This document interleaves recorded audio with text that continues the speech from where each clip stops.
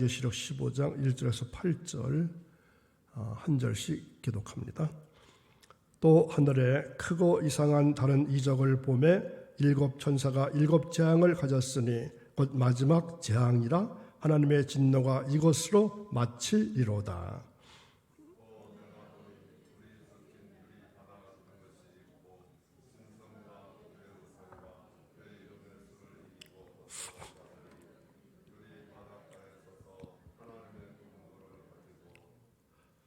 하나님의 종 모세의 노래 어린 양의 노래를 불러 이르되 주 하나님 곧 전능하신 이시여 하시는 일이 크고 놀라우시도다. 만국의 왕이시여 주의 길이 의롭고 참되시도다.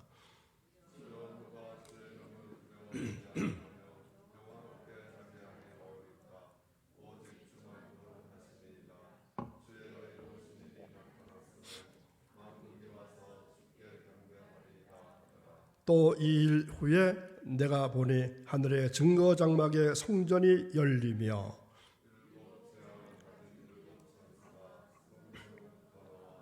맑고 빛난 세마포 옷을 입고 가슴에 금띠를 띠고 내 생물 중에 하나가 영원토록 살아계신 하나님의 진노를 가득히 담은 그 금대접 일곱을 그 일곱 천사들에게 주니 하나님의 영광과 능력으로 말미암아 성전의 연기가 가득 차매 일곱 천사의 일곱 재앙이 마치기까지는 성전에 능히 들어갈 자가 없더라. 아멘. 오늘도 새벽에 오신 사랑하는 여러분, 우리가 겪는 어려움들은 주님께서 주님의 능력을 보여주실 수 있는 기회가 됩니다. 요즘 어려우시죠? 그렇다면 우리를 도우시는 주님의 능력을 오늘도 기대해 보시기 바랍니다. 오늘 말씀의 제목은 마지막 재앙에서 벗어나려면 지난 시간에 이어서 두 번째 시간 말씀을 나눌까 합니다. 미국의 신학자인데 생태학을 연구한 그러한 신학자죠. 생태신학자 이 맥다니엘이라는 사람이 하나님의 은총을 가리켜서 두 가지로 말합니다. 빛깔로 볼 때에 먼저는 녹색이고 또 하나는 적색이다 이렇게 표현합니다. 녹색 은총이란 인간 삶의 근거이자 토대를 이루는 자연세계와 관련된 것입니다. 또 적색 은총이란 인간을 참된 인간으로 인도하시는 하나님의 사랑에 대한 기독교인들의 이해를 말합니다. 녹색 은총은 하나님의 사랑이 모든 피조물 속에 내재되어 있다고 하는 창조신앙에 근거하고 있고, 적색 은총은 하나님의 아들 예수 그리스도의 십자가의 사랑에 근거하고 있습니다. 자, 맥다니엘은 이 녹색 은총의 의미를 강조하면서 녹색 은총의 의미를 간과버릴 때 적색 은총, 곧 교회 공동체에서 핵심으로 고백하고 있는 십자가 은총까지도 공유해질 수 있다 이렇게 주장하는 것입니다. 그래서 우리는 자연 속에서 베푸시는 하나님의 은총인 녹색 은총을 새롭게 조명해 볼 필요가 있다고 말하는 것입니다. 예수만 잘 믿고 교회만 잘 다니고 천국 가면 그만이지 예수 믿는 사람들이 왜 환경을 걱정합니까? 왜 생태를 걱정합니까? 이렇게 말할 수도 있을 것입니다. 그런데 그게 아니라는 것입니다. 오늘날 환경 문제는 이제 더 이상 방치할 수 없는 아주 심각한 주제로 우리 앞에, 우리 생활 속에 그대로 와 있기 때문입니다. 자연을 정복과 그저 개발의 대상으로만 여겨서 무변발하게 훼손시킨 결과 지금 자연은 어떻게 하고 있습니까? 신음하고 있습니다. 중병에 걸린 자연은 그 아픈 모습을 어떻게 표시하죠?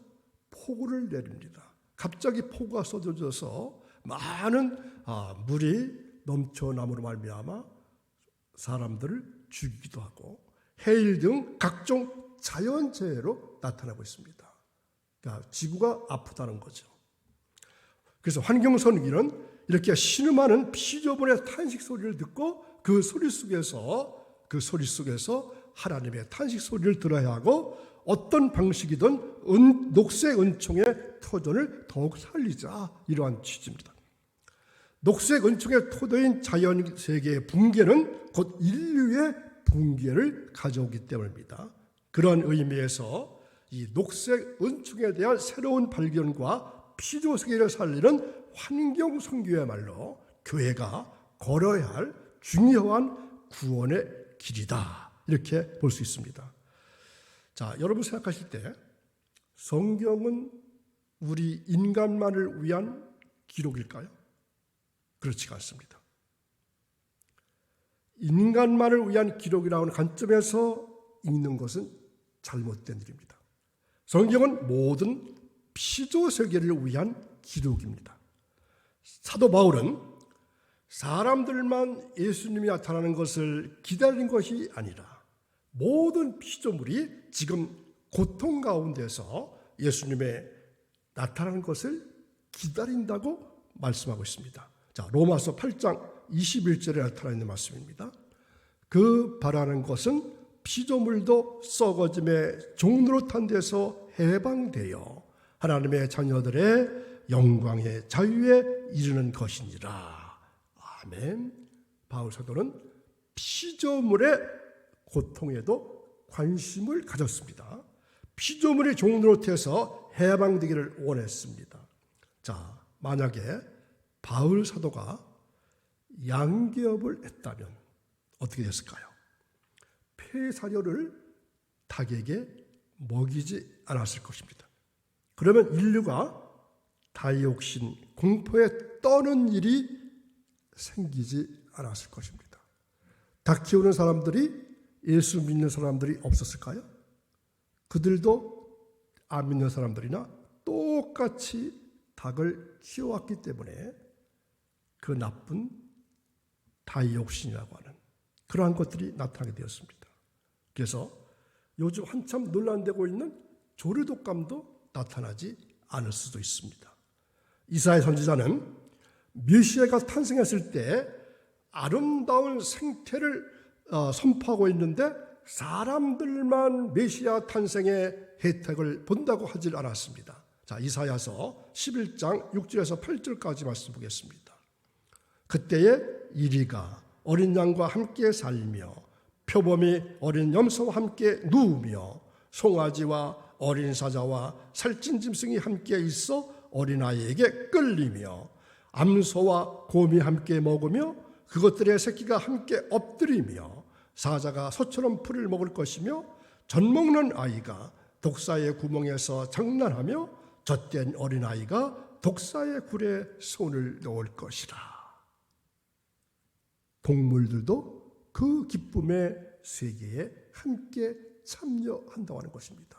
이어지는 말씀 9절입니다. 이사야 11장 9절. 내 거룩한 산 모든 곳에서 해됨도 없고 상함도 없을 것이니 이는 물이 바다를 덮음같이 여호와를 아는 지식이 세상에 충만할 것임이니라. 아멘. 또 이 랄프 윈터라고 하는 미국의 선교 신학자가 성경을 연구하는데 어느 날 그만 곤태에 빠져버렸습니다. 자, 신학자가 성경을 연구하는 사람인데 그만 성경을 연구하다가 곤태에 빠져버렸습니다. 큰일 난 거죠.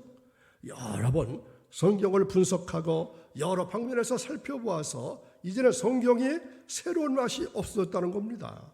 성경을 읽으면서 감동을 느끼지 못한다는 것은 신앙의 위기를 만났다는 것입니다.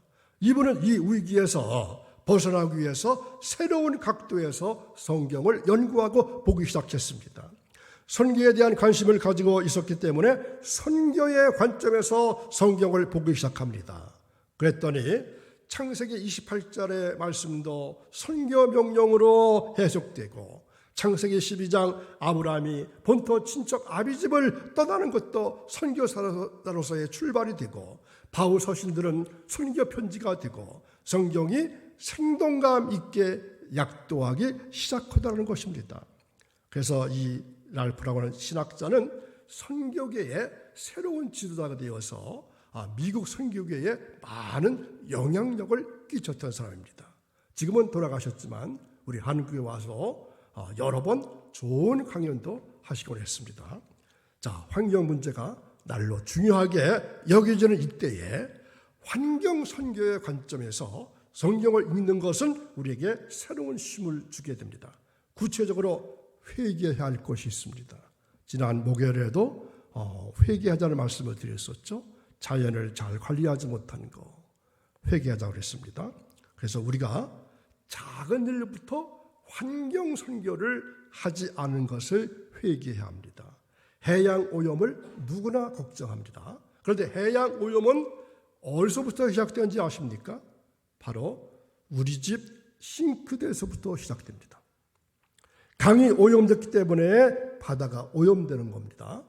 냇물이 오염됐기 때문에 강이 오염되는 것입니다. 그런데 강물 오염의 48%는 바로 가정 오수 때문에 나타나는 것입니다.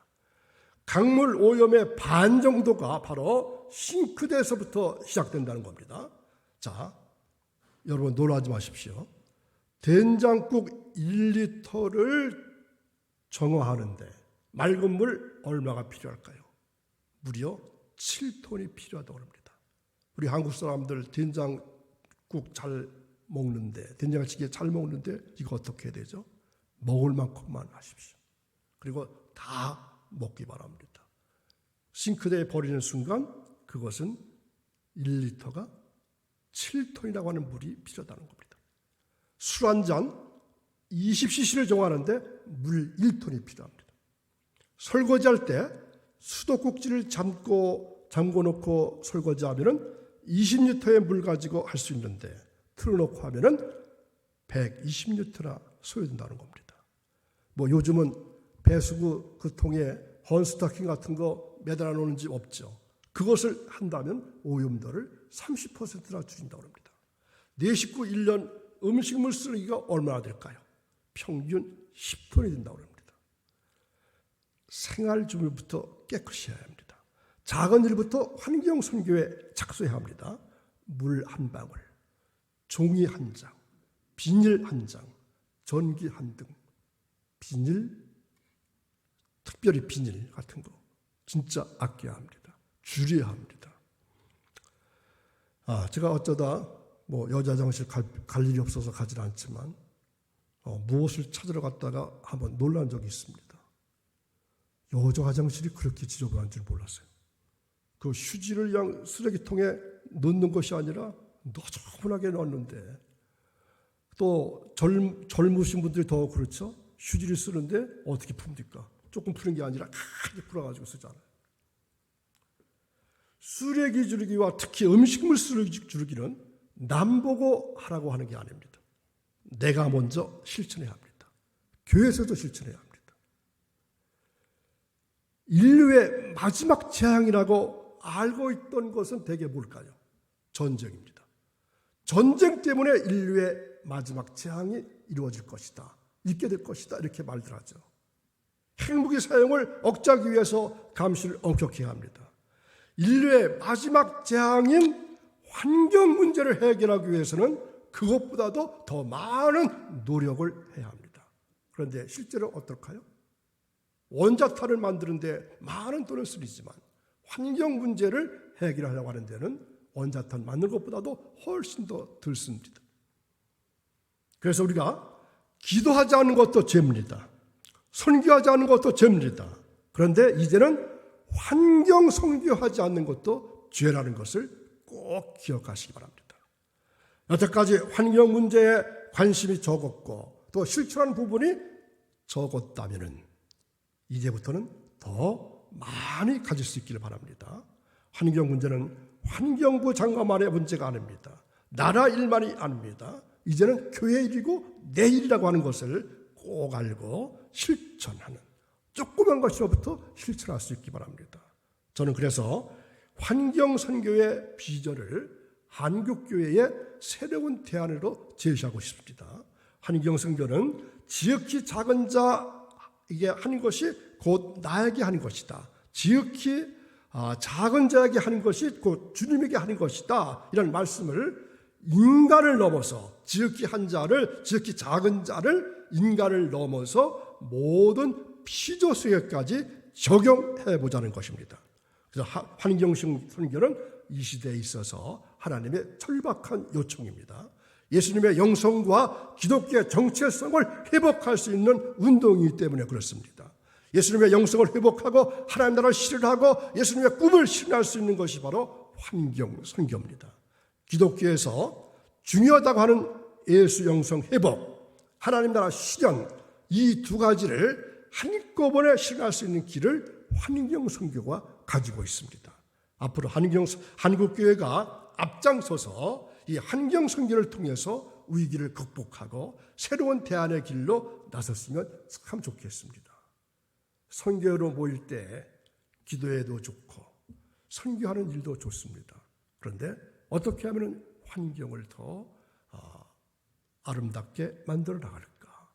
지구를 어떻게 하면 조금이라도 아프지 않게 만들까? 이런 것도 논하고 기도하는 것도 중요합니다. 미래에 완성될 나라는, 하나님 나라는 어떤 세계가 될까요? 모든 자연 만물은 아름답게 회복될 것입니다. 여러분, 사람만, 나만, 예수 믿는 사람만 회복되는 것이 아닙니다. 모든 피조물까지도 회복된다는 것입니다. 모든 피조물이 함께 사랑으로 거하는 세계가 될 것입니다. 하나님 나라를 지향하는 교회는 우주적인 복음을 선포하면서 생태 공동체를 건설하도록 부름받았습니다. 그래서 교회는 하나님 나라가 완성될 때까지 하나님의 샬롬이 모든 생태계에도 넘치도록 노력해야 합니다. 그래서 생태계를 연구하고 있는 학자들은 환경 문제를 지구 기능의 저하로 이해합니다. 해마다 열대 산림이 남한의 면적에 가까운 2,500만 에이커가 이 열대 산림에서 나무가 없어지고 가는 겁니다. 약 1억 종의 생물 중에서 98%는 이미 멸종됐다는 겁니다. 현재 2%만 200만 종 중에서 날마다 3가지 생물종이 멸종한다는 겁니다. 비료 사용이나 각종 재해 때문에 지력이 황폐되고 있습니다. 수많은 쓰레기 및 인간이 발명한 70만 종의 화학약품은 순환적인 생태 시스템을 위협하고 있습니다. 오염된 공기도 자연세계를 파괴하고 인간의 생명을 위협하고 있습니다. 그래서 대기 오염은 대기권의 오존층을 파괴하고 피부암 등의 질병을 일으키고 산성비를 내리게 하고 농작물과 수목을 훼손시킵니다. 또 대기의 오염은 물을 산성화시킵니다. 산성화된 물을 마신 모든 생물들의 신체는 산성화되어 가고 저항력이 약화되어 가고 산성비는 토양의 생산력을 악화시킵니다. 공기의 오염은 호흡기 질병, 또 기관지염, 폐암, 각종 안질의 발생에도 영향을 준다고 그러죠. 코로나가 종식되어도 공기의 오염 때문에 마스크를 계속 써야 할 것입니다. 머지않아 깨끗한 공기를 사서 사용할 때가 오게 될 것입니다. 머지않았습니다. 아마 곧 오게 될 것입니다. 우리는 자연이 타락한 인간의 행위로 말미암아 고통을 겪고 있음을 알아야 합니다. 다음에 시를 하나 소개해 드립니다. 이 환경 파괴 아픔에 대해서 이 노래하고 있는 시입니다. 뿌리째 뽑혀진 수림의 아픔, 오염된 바다의 울부짖음, 말라버린 지 오래된 하천들, 기름 찌꺼기로 뒤덮인 황폐한 해변과 그 신음소리, 그 속에서 함께 괴로워하시는 당신을 느끼게 해주소서. 죽어가는 자연과 함께 우리도 죽어가고 있음을 자연과 인간은 나눌 수 없는 하나의 생명임을 모든 이가 깨닫게 하소서. 인간은 파괴된 자연의 신음소리를 들을 수 있어야 합니다. 그러므로 이 성경과 환경이 아주 밀접한 관계를 가지고 있는 것을 동시에 깨달으시길 바랍니다. 인류가 마지막 재앙인 환경으로 인해서 멸망하지 않도록 회개하고 이 문제를 극복해야 하는 책임이 교회에 있고 예수 믿는 우리에게 있다는 것을 꼭 기억하시기 바랍니다. 그래서 이 책임을 잘 감당하시는 여러분 모두가 되시기를 주님의 이름으로 축원합니다. 기도하겠습니다. 창조주 하나님 아버지, 주님의 형상대로 온 피조세계를 지으시고 그 모든 곳에 생명을 불어넣어 주셨음에 감사드립니다. 첫 아담으로부터 오늘 20세기를 사는 78억 명의 인간 생명 모두에게 복을 주셔서 먹을 것과 입을 것, 잠잘 곳과 쉴 곳, 그리고 생의 기쁨들을 누릴 수 있는 지구 환경을 허락하셨음에 감사드립니다. 그렇지만 오늘 우리들은 1억 2천만 년의 세월 속에서 만들어진 화석연료를 산업혁명 이후에 무려 불과 300년이라고 하는 짧은 시간에 급속대로 소진해버리고 말았습니다. 뿐만 아니라 지구 자원에 대한 인간의 무한한 탐욕은 생명에 대한 약탈과 살생을 자행해왔고 결국은 지구온난화, 기후변화를 불러오는 죄악에 이르게 되었습니다. 온 우주 생명의 하나님 아버지, 우리로 하여금 모든 생명과 지구별을 위협하는 기후변화에 대한 죄를 고백하게 하시고 온실가스를 줄이고 질병과 가난으로 고통받는 이들을 돕게 하시고 자연섭리에 맞게 지구를 돌보는 일에 적극 나설 수 있는 지혜를 더하여 주옵소서. 그럼으로써 하나님의 몸과 같은 지구별을 살려서 생명을 살아 숨쉬는 풍성한 지구 공동체를 우리 자녀들에게, 자손들에게 물려주게 하옵소서. 이 거룩한 사명을 위해서 생각과 행동을 변화시켜 주시고 생명이 노래하는 새하늘과 새 땅을 기다리는 우리 모두가 될 수 있기를 간절히 원하며 예수님의 이름으로 기도하옵나이다. 아멘. 304절